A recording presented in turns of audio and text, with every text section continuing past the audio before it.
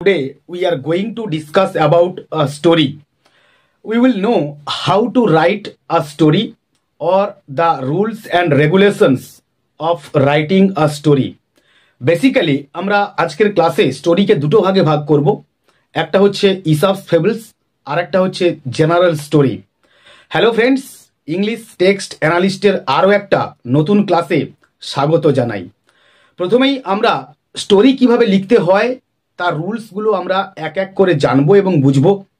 তারপরে ওই রুলসগুলোকে একটা স্টোরির মধ্যে কি করে অ্যাপ্লাই করতে হয় তা আমরা শিখব।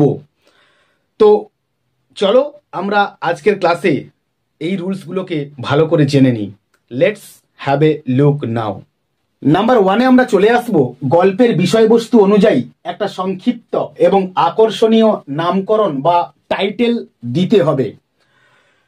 নাম্বার টুতে আমরা চলে আসবো। Once, one day, once upon a time, one afternoon, one evening, last Sunday, it happened long long ago, long time back বা ইন আর্লিয়ার ডেজ প্রভৃতি কথাগুলোর মধ্যে যেটা ফিটেস্ট হবে, অর্থাৎ যে টার্মটা বা যে শব্দবন্ধটা সব থেকে ফিটেস্ট হবে সেটা দিয়ে আমাদেরকে একটা স্টোরি শুরু করতে হবে।